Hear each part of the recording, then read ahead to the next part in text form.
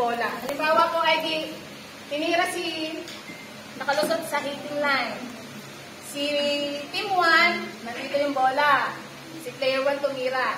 Yung sunod naman ay si team B na player 1 din. O, magkaano sila? Eh, pumunta dito. Sino ang sunod na titira? Blue. Okay. Si player 2 na? Blue. Blue. Ay, hindi, malayo. Yung malayo. Kung sino yung malayo, ma'am? Kasi malapit siya eh. Kung sino yung malayo? Kung sino yung malayo? Yes, hindi pa din. Ano? Yung mas malapit na bola. Opo. Mas ano, tapos, edi, yellow. Yan. Ito naman si yellow, si team yellow, na player 2, pwede niya dumiskarte ang bola ni kakampi niya, ilapit niya. Ay, mas malapit na ito. Sino ngayon ang may sunod na titira? Blue. Oh. Ha? Bakit si Blue? Siya nang malapit. Siya Ay, siya malayo. Siya malayo. So, titira na naman. Ito naman si team 2. Ang galing ng tira, gumaganon. Gumaganon. Solid kata. Oo. Ay, nahit niyang ganan. Yellow. Sino ulit? Yellow. Yellow team ulit. Kasi siya yung Malayo. malayo. Yan. Tinira ulit. Sino? Pantay. Kapag pantay, susukatin po natin ito na metro. Kung sino po ang mas malayo, siya po ulit ang titira ng team. Nakatapos na po tayo ng 4 na tira ng isang team. Sa pag-i-score po, titingnan nyo kung sino ang malapit na bola. So, kung dito po ay pantay, wala na po siyang score. Kasi si blue at si yellow na po ang naglaban. I-out mo. Ay, out na po yan. Ilalagay po na referee doon sa labas ng court. Sa side. So, malayo na rin to. Kung sino malapit sa palino, yun lang po ang ikakaw. So, ang score po ng blue ay 1. Kapag naman po dalawa, sino po ang may score? Yellow. Ilan ang score? 2. Pwede po halimbawa yung magagaling ang player, lahat ay nahilapit tagayan. Na-i-block niya. Hindi na binigyan ng chance ang tira ng blue team. So, ano po ang score? 4. Na yellow Team. So, kung sino po ang unang maka-12 score, siya po ang panalo. Yun lang po ang technique ng body shot. Yan. Sarap ang ulam. Sarap ang ulam. 2 ulam, ano? Opo.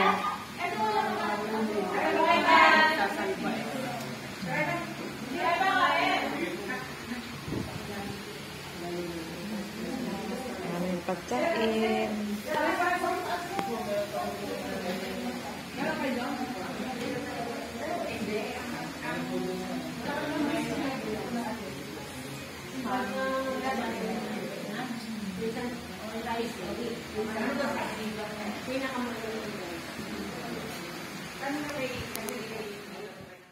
Bulag, ano itong problema sa mata.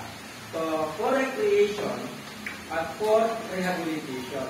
So, kapag sila nagpapagaling, invento para sila ay malibang doon sa hospital na pinagbulan nila. So, vision. Kasi nakatapos naman ang mata. Kasi ang ano naman dito, kung ito yung nakatinatawag na core, makita nyo naman dito sa video. So, 8 ang bakal. PVC, na kulay orange, ginawa nila. I think, so ito po yung pinaka-layout ng ating board.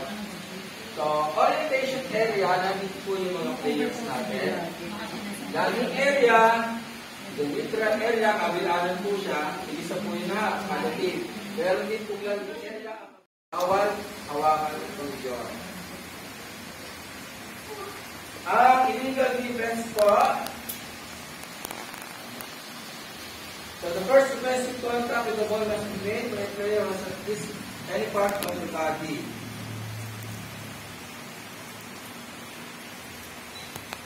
Hindi agad tumama sa diba, tumama sa poste, tapos tumama sa player. So meron po tayong tinatawag na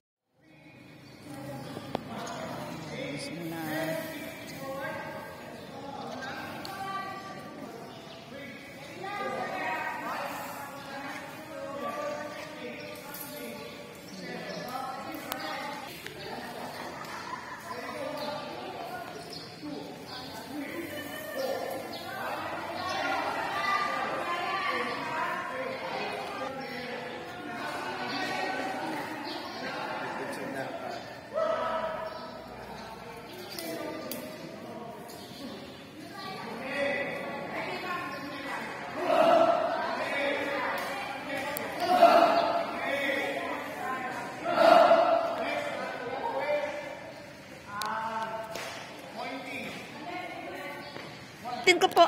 Saglit lang po. Nag-video lang ako.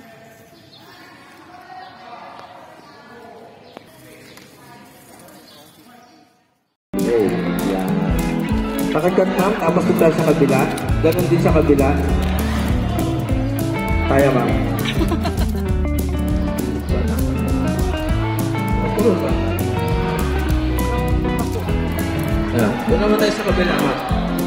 Okay na yan. Ako na ng Martins siya. Doon ka rin po lang.